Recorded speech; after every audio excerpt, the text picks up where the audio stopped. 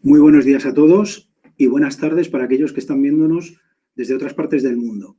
Mi nombre es Álvaro Gallego y en los últimos 10 años he estado en diferentes sectores que me han permitido tener una visión de lo que significa emprender y cómo el dinero está íntimamente ligado a la prosperidad de las personas y de sus países. Estoy muy feliz por poder participar en este gran evento de Campus Party Digital Edition, que tiene como tema principal reiniciar el mundo. Vengo a contaros algo que en estos momentos puede parecer menos importante que los avances tecnológicos, que los problemas del empleo, que la necesidad de conservar la naturaleza y hasta la propia crisis sanitaria en la que nos encontramos. Como veréis al final, todo esto está relacionado y se ve condicionado por el tipo de dinero que existe hoy en día. El sistema monetario nos viene impuesto, no se debate ni se discute en ningún país. Lo más grave es que el desconocimiento de qué es el dinero y cómo funciona tiene consecuencias directas e indirectas en nuestras vidas. Sí, esto del dinero es mucho más importante de lo que en un principio se pudiera pensar. Me gustaría que en esta charla fuera la mitad inspiradora de lo que fueron para mí algunas de las que pude ver hace 15 años y que os ayude a pensar desde otros puntos de vista que quizá no son tan evidentes. Haceros preguntas que quizá no os habéis hecho hasta ahora o simplemente las habéis formulado desde otro punto de vista. Si nunca te has parado a pensar en qué te afecta a ti el dinero que usas, este puede ser un buen momento para empezar a preguntártelo. Podemos aprender muchas cosas del pasado que nos ayuden a mejorar el futuro, a mejorar el presente y a construir el futuro a un futuro muchísimo mejor, donde la libertad y la propiedad privada se respeten para que puedan ser la base del desarrollo de los ciudadanos en paz y armonía dentro de las sociedades en las que convivimos. Cuando me propusieron dar una charla en esta edición y ver que el tema troncal era aportar ideas para ver cómo aprovechar esta crisis para reiniciar el mundo, me vino a la cabeza lo que pasó en el año 2008 cuando sufrimos de manera global la enésima crisis de los últimos 50 años. Y me dije, esta película ya la he visto antes. Por eso he querido hacer un guiño cinematográfico, que no será el último, por cierto. Porque, como sabéis, esto del cine va de contar historias de cosas que nos pueden suceder a los que las vemos. Antiguamente, antes de tener acceso a Internet, los seres humanos contábamos historias donde se transmitían los conocimientos de generación en generación en torno a las hogueras. Hoy en día esto sucede en la red. Debido al distanciamiento social, no es posible juntarnos, con lo que lo de la hoguera lo descarté cuando estaba preparando la charla. Como si de una hoguera virtual se tratase, vengo a contaros otra película de la que quizá no hayáis oído hablar o si lo habéis hecho, os lo han contado de otra manera. En los años 80, hablar de sexo era un tabú. Hubo una película que tuvo mucho éxito comercial, siendo la primera producida de manera independiente a la industria de Hollywood. El título era Sexo, mentiras y cintas de vídeo. En esta película, el director Steven Soderbergh consiguió con este guión que los personajes hablaran de sexo, de manera libre y desinhibida. Hoy hablar de dinero también es un tabú, y algunos hasta piensan que es de mal gusto hacerlo. Y ya ni os cuento si pretende ser indie, independiente, ¿no? Fuera del sistema, en lo que a dinero se refiere, porque esto molesta mucho a quienes viven de la industria financiera. Más del 80% de los ciudadanos no saben qué es realmente el dinero y cómo funciona, y eso tiene unas consecuencias enormes en sus vidas y en las de sus familias. Esta es otra película que no te suelen contar, y por eso, precisamente en estos momentos, cobra especial importancia entender todo esto. ¿Por qué crees que no les interesa que sepas cómo funciona el dinero? He preguntado muchas veces cómo es posible que esto que condiciona nuestras vidas no se aprenda en los colegios desde la infancia. Y no hablo de educación financiera, que es la que ahora los bancos se empeñan en que conozcas. Esto me sorprende, porque antes del 2008 no tenían ningún interés en que supieras cómo funcionaban los mercados financieros. Tan solo te vendían productos sin mucha explicación. Estoy hablando de una verdadera educación económica, que va más allá de la financiera. Y en contra de lo que muchos piensan, el dinero que se nos ha impuesto, porque se nos ha impuesto, el fiduciario, no ha servido para construir durante las últimas 5 décadas una economía real y sana que ayude al desarrollo y al avance de la sociedad. Esto afecta directamente en nuestro entorno y en cómo nos relacionamos con él y con los demás, por supuesto. Entender estos conceptos básicos pueden ayudarte en tu vida, en tu trabajo o en tu negocio. La crisis provocada por el COVID puede ser un buen momento para replantearnos nuestro sistema monetario y hacer un verdadero reinicio, empezar de cero. ¿Qué os parece si hoy hablamos de dinero? Me imagino que muchos de vosotros habéis pensado al leer de qué iba la charla y que hace hablando de dinero en la Campus Party. El motivo es porque es un tema olvidado, que no se quiere tratar en los foros donde deciden nuestro futuro. Entre 1971 y 1973 sucedió algo que cambió el rumbo de la historia, pero que para la mayor parte de la gente pasó desapercibido. Estados Unidos sufrió una quiebra como consecuencia del abandono definitivo del patrón oro.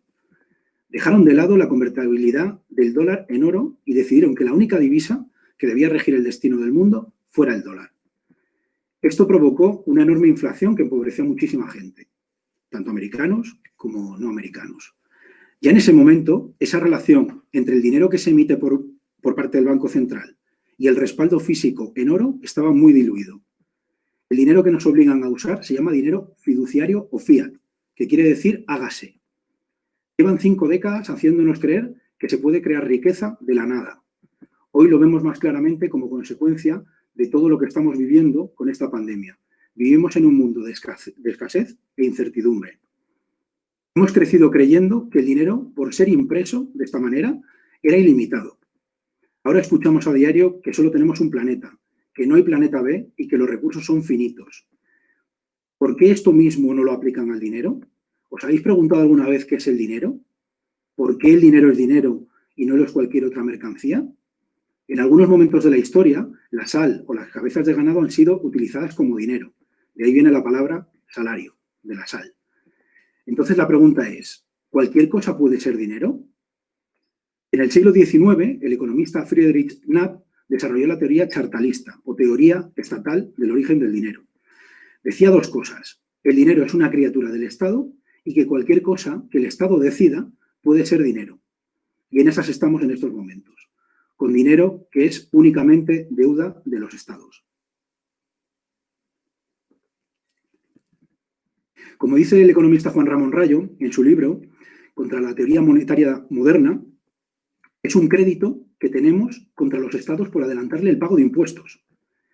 Quizá estaréis pensando, a mí lo que me interesa es saber cómo ganar dinero y no de dónde viene. El dinero permite la división del trabajo. Cada uno de nosotros podemos especializarnos en algo en lo que tengamos mejores destrezas y que luego puede ser ofrecido a los demás como producto o servicio. Todos nosotros estamos intercambiando a diario dinero por valor añadido que nos aportan otras personas con sus productos y sus servicios. Desempeñamos nuestra actividad profesional donde el dinero es una de las recompensas que obtenemos. No es la única ni la principal, lo sé. Hay otras, como el conocimiento profesional por parte de tus compañeros, el reto que supone resolver los problemas que se nos plantean en nuestro día a día o el desarrollo personal y profesional que podemos alcanzar. No voy a entrar en si son más importantes unas recompensas que otras. Me voy a centrar en el dinero, que es el objetivo de mi charla. ¿Os imagináis un mundo donde el dinero del sueldo que ganáis y que habéis obtenido por vuestro trabajo no sirviera para os permitiera comprar lo básico para vivir? ¿Os podéis llegar a imaginar un mundo en el que después de trabajar 30 o 40 años te jubiles y el dinero que has ahorrado a lo largo de tu vida no te permita vivir dignamente? Pues no lo tenéis que imaginar. Me imagino que lo estáis sufriendo como muchos otros. En el mundo en el que vivimos, lleno de avances tecnológicos, médicos y sociales, que se sustentan sobre la base de un dinero frágil. Este dinero fiduciario no permite construir futuros prósperos, porque nos lleva una y otra vez a sufrir crisis y burbujas. Crisis y burbujas que se repetirán con más virulencia y con más frecuencia, como hemos podido comprobar en los últimos 20 años. La crisis del 2008 y esta última, que se venía gestando hace ya unos años, durante estos últimos años, son globales. Antes estas crisis se daban en países que las sufrían, mientras en otras partes del mundo ni se enteraban. A finales del siglo XIX nacen los bancos centrales, tal y como los conocemos hoy, que me imagino que a muchos les pasará que no saben ni lo que es un banco central. Aunque hoy parezca extraño, antes no existían y el mundo funcionaba razonablemente bien. ¿Para qué sirven este tipo de bancos y de quién dependen? Son los encargados de definir la política monetaria de cada país. En Europa es el Banco Central Europeo y en Estados Unidos la Reserva Federal. En Europa es un organismo público. En Estados Unidos, en cambio, es un organismo privado. El otro día escuché una tertulia en la que había unos economistas hablando sobre la conveniencia o no de explicar a la gente este tipo de cosas. Uno de ellos era Alberto Venegas Lynch. Argumentaba que los gobernantes deberían tratar a los ciudadanos, no deberían tratar a los ciudadanos como estúpidos, creyendo que es mejor que todos nosotros no sepamos cómo funciona el sistema monetario. Él define el dinero fiduciario de una manera que me parece muy gráfica y que me gustó mucho. Decía que la gente debía enterarse que eran papeles pintados eran papeles pintados con patrón aire y que no sirven para nada porque tradicionalmente el papel moneda era un recibo por una mercancía depositada que solía ser oro o plata. No siempre han sido oro y plata, pero solían ser oro y plata. No voy a entrar en cuestiones farragosas porque si os interesa podéis investigar por vuestra cuenta. Lo que creo que es interesante, y si queréis esas referencias estaré encantado de hacerlo después de la charla, podéis poneros en contacto conmigo a través de LinkedIn, es ¿y cómo nos afecta todo esto a nosotros? ¿Cómo nos afecta este tipo de dinero? Antes de la Primera Guerra Mundial, el dinero que se emitía debía ser convertible por oro físico si la persona que se acercaba al banco lo solicitaba. Para poder financiar el coste de estas guerras, en concreto de la Primera Guerra Mundial, tuvieron la brillante idea de quitar esas restricciones y de este modo poder crear dinero sin necesidad de tener un activo real que lo respaldara. Después, como se puede comprobar a lo largo del siglo XX, lo repitieron, cogieron el gusto y pensaron que era una buena idea quitarlo definitivamente para poder financiar, ahora sí, las promesas políticas a partir de 1973. Esto no quiere decir que no financiaran estas ideas políticas o promesas políticas antes, pero se aceleró. ¿Os habéis preguntado por qué existen diferentes tipos de dinero? ¿Por qué no hay una libre competencia? En otros sectores nos parece normal que las eléctricas o los bancos compitan entre sí para ofrecernos un mejor precio o un mejor servicio. Bueno, aunque esto último es en teoría, porque en la práctica, como todos sabemos también, no sucede.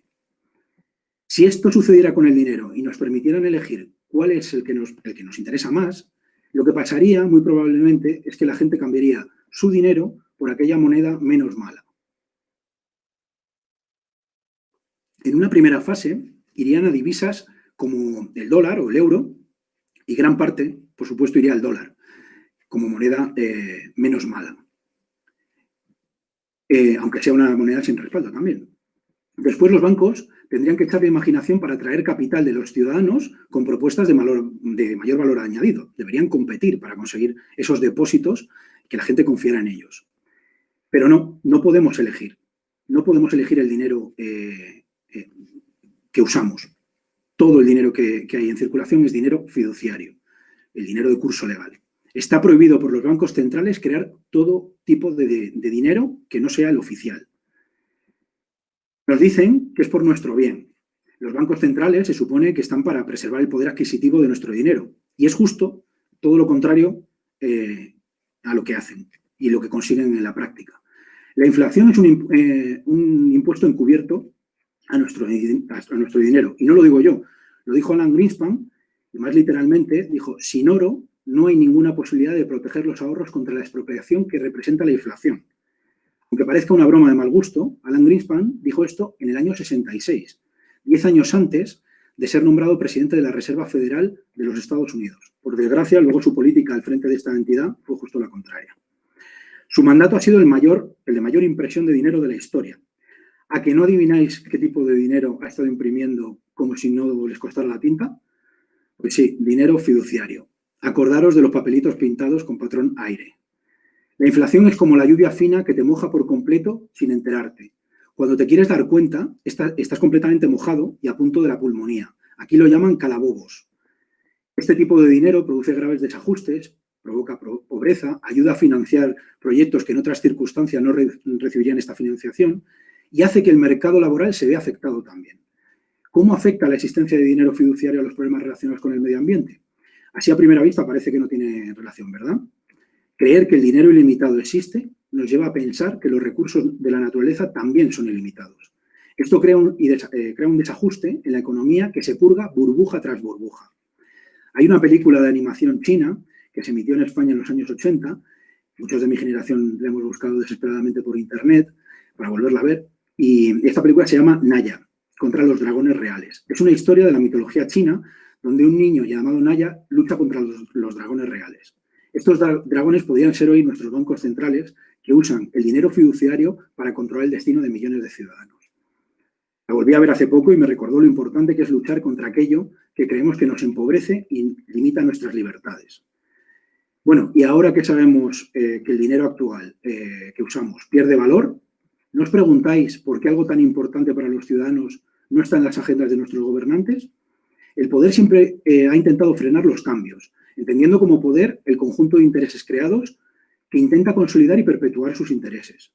Nunca antes los estados habían sido tan grandes como en estos momentos, en toda la historia de la humanidad.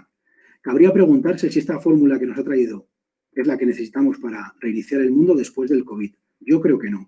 Las propuestas que llegan desde Europa y Estados Unidos es incrementar la masa monetaria para financiar una suerte de medidas como si los propios políticos tuvieran una bola mágica que les permitiera saber dónde debe ir a parar ese dinero creado de la nada. Os invito a cuestionaros todo, que es la única forma de cambiar las cosas. Hoy en día lo revolucionario es defender la libertad de las personas. Ninguno de nuestros gobernantes tiene la fórmula tampoco con la que poder resolver todos estos problemas a los que nos enfrentamos.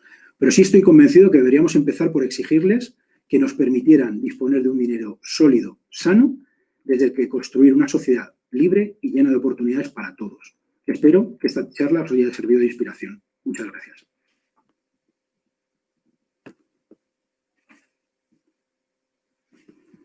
Veo aquí ya una pregunta. Bueno, por supuesto, cualquier pregunta, encantado de responder. ¿Crees que en un futuro lejano el dinero metálico deje de existir y solo existan transferencias o criptomonedas? Bueno, yo no he hablado de las criptos como dinero porque formalmente no es dinero de curso legal, como tampoco lo es el oro actualmente. Y, hombre, sería una pérdida, en mi opinión, sería una pérdida de libertad enorme el no disponer de dinero en metálico. La cuestión al respecto siempre se contesta de la misma manera. Si no tienes nada que ocultar, ¿qué problema tienes en que no haya dinero en metálico? Mi respuesta, como la de otras muchas personas que piensan igual, es ¿y por qué tengo que perder yo mi capacidad de comprar aquello que me plazca sin que otro, en este caso el gobernante, sepa qué he comprado o dejado de comprar, mientras que yo cumpla con mis obligaciones fiscales? Tratar al ciudadano como si fuera un delincuente de entrada es una forma, como decía en la charla, un poco infantil de tratarnos. Aunque, bueno, decías que solo existen las transferencias y las criptos. Bueno, las criptos es un tema muy interesante. Creo que tienen bastante recorrido. ¿Crees que volvamos a regresar en algún momento a los intercambios en lugar de dinero? No creo. No creo que volvamos al intercambio, a lo que sería el trueque, porque no es eficiente. No es eficiente. El dinero precisamente surgió de forma natural para resolver ese problema de aquello que produces y que otro quiere en otra parte, por ejemplo, del mundo, o en tu propia ciudad, pero que no lo quiere ahora y lo quiere usar dentro de X semanas o X días.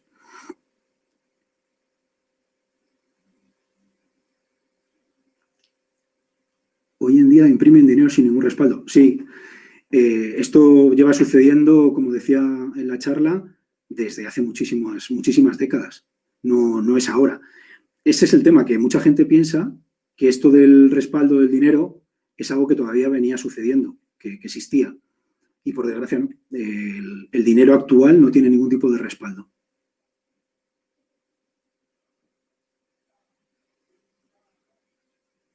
Yo no sé si hay más preguntas. Pues si no hay ninguna pregunta más, un placer y muchísimas gracias a la organización por haberme... mira, Diego, el dinero no tiene valor en estos momentos. Lo que no tiene es un activo real detrás.